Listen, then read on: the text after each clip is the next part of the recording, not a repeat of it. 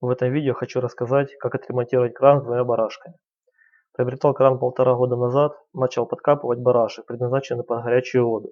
Вентиля в кране на полоборота. Если начал течь кран, не торопитесь его менять или выбрасывать. Делается можно обычным ремкомплектом, который меняется на барашке крана. Определите сперва, какой барашек потек. Ремкомплект приобретал на рынке за 60 гривен. Обращаю ваше внимание, что они бывают разные.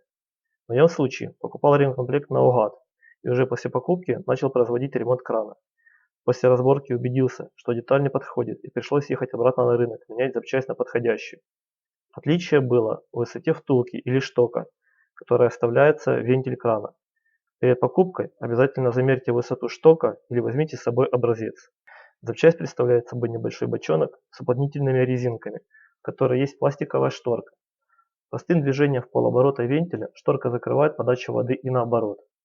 Резьбовое соединение, которое идет на втулке детали, входит в сам барашек крана, где происходит и само поворачивание. Процесс разборки. Снимаем защитную крышечку на барашке. Она может поддеваться шилом или откручиваться, как в моем случае. Для откручивания вам понадобится пассатиджи или разводной ключ. Сняли колпачок, берем крестовую отвертку и откручиваем барашек. Снимаем. После берем ключ или головку на 17 и откручиваем поломавшийся механизм.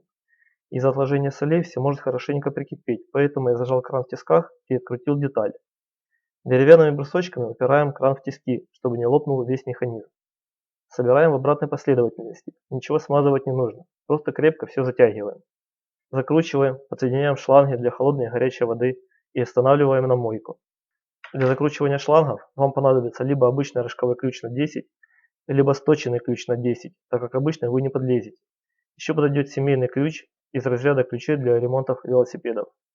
Мое видео позволит вам сэкономить, когда перед вами станет выбор, купить новый кран или заменить на нем ремкомплект, который в 5 и 8 раз дешевле всего крана.